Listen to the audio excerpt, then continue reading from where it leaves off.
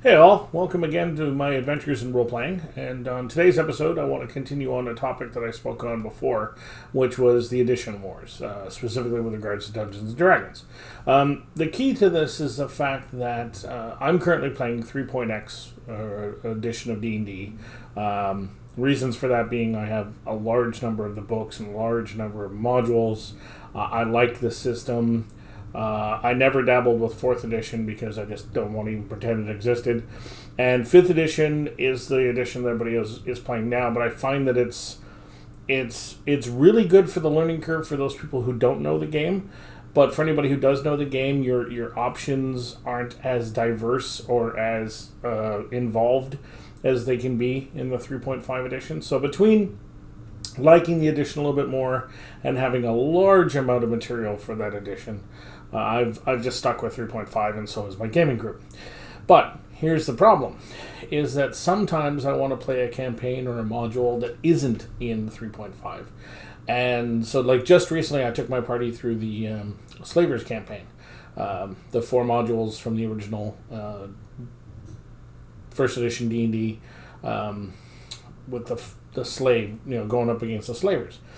Problem is twofold. One, when 3rd edition came out, there was a whole bunch of conversions made for the earlier modules into 3rd edition. And they were good in the fact that the other people had done the homework for me and made my life a little bit easier. The problem is that 1st edition D&D has a very different mindset and a very different game style than 3rd edition. Just like 3rd edition has a different mindset and game style than 5th edition. So as a result, just doing a straight numerical conversion of the bad guys doesn't work, because it doesn't have the same effect. The 3rd edition D&D is built a little bit more upon balanced combat or unbalanced combat, depending upon how the GM manages it.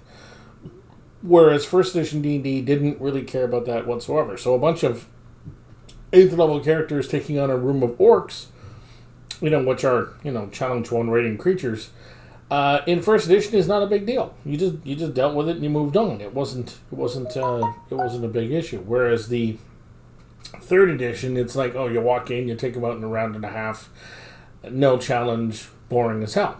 That's the first problem. Second problem is the magical items that were made available in the 1st edition modules.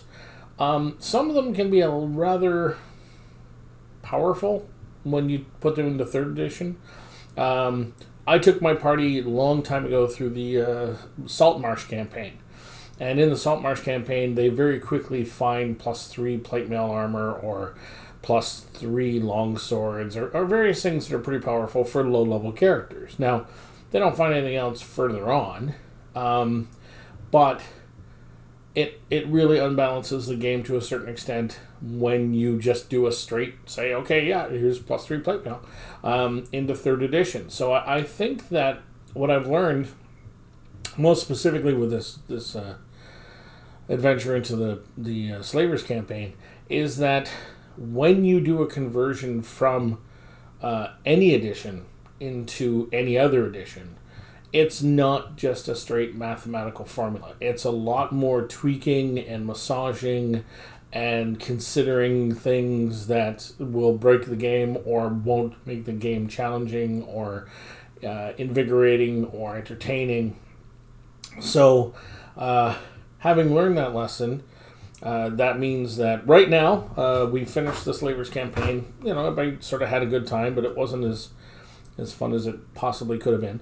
So now we're going to start a new campaign, which is a 3.5 built campaign. So it has the 3.5 sensibilities and power structures and magic item levels and those kind of things. So that allows us to have a much more rewarding campaign. And then I have another group that I'm taking through the 2nd edition module, the Rod of 7 Parts. It's actually a box set. And I'm sitting down thinking, okay, I have to reconsider this, because in the perfect example is they walk into a place and I've got a party of 7 13th level characters, And the module is written for characters of that level. The box set is written for levels of that character. But they walk into a cavern, and they meet one Umber Hulk, one single solitary Umber Hulk. Guess what? That would have been a cakewalk. That would have been a joke. It would have been an insult. So on the fly, I just said screw it, and I just made it. That there's just as many Umber Hulks as there are of them, and that seemed to make the battle a little bit better. And that was my moment of saying, okay, I need to massage these. So so I'm now having to sit down and do a little bit of homework, taking an interesting module, an interesting campaign that has some cool concepts to it, but in order to make the combative or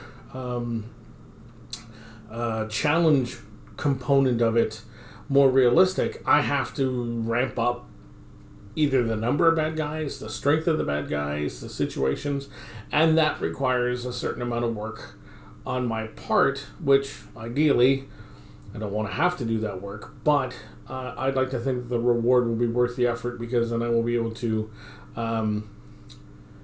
make certain that the characters are properly challenged and are properly entertained for the level of power that they have at their current character level. Challenging 7 14th level characters is very different than challenging 4 3rd level characters. And especially, as I said, you can't just take the 1st or 2nd edition materials and just do a numerical twist and say, okay, yeah, there you go, there's your new campaign, because again, the sensibilities being different, the way the game was written, the way the game was designed, the way the game was played is different. And the same thing with 5th edition. I've been buying all the 5th edition books for the adventures, because, well, one, they're really pretty and they're really well written, and they give more than the original. They should be easy to convert back to 3rd edition, or to consider converting back to 3rd edition. But I'm going to have to sit there and do my homework and say, okay, what part of this do I keep, and what part of this do I change, and what part of this do I massage? Because, again, different game, different sensibilities, different expectations, different playing styles. You would think, even though D&D is D&D, it's not. I took a bunch of characters through a Pathfinder campaign, and Pathfinder's written with a much more min-max kind of concept. It's built with so many options and so many possibilities that I think it fits nice for people who want to optimize their characters as much as possible from a gaming perspective, not necessarily a role-playing one. Not saying that they don't. I'm just saying that the way the rules are written, role-playing isn't optimized per se. But when you take a mixed bag of characters that are from 3.5 and aren't necessarily optimized, it's a TPK, or can very quickly become a TPK. And again, we had to sit down, myself and my co-GM, we took our characters through the Kingmaker campaign, and we had a great time, and it was a great campaign. But when we got to the last module, it was like, what the heck is this? It was weird. So we just rewrote it. We basically said, okay, let's just take some of this aspects, but let's take some other ones, and let's make it ours.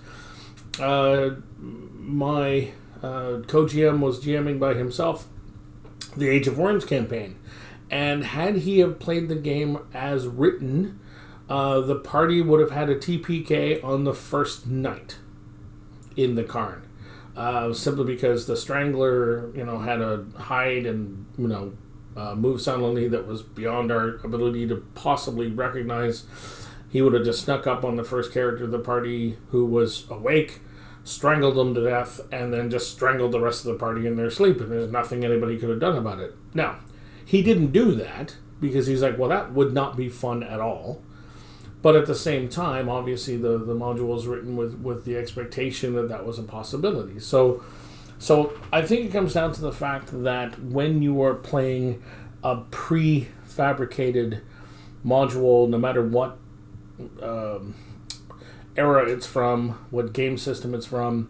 You need to be attentive to how you are comfortable with it and how your players are going to be comfortable with it, and that you need to make certain that everyone is appropriately entertained, everyone is appropriately challenged, and nobody is unnecessarily overwhelmed or given, significant amounts of displeasure. So that's my little learning lesson for today. Sorry for the delay.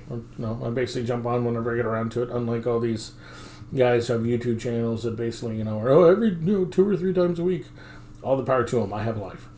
So until next time, take care, guys.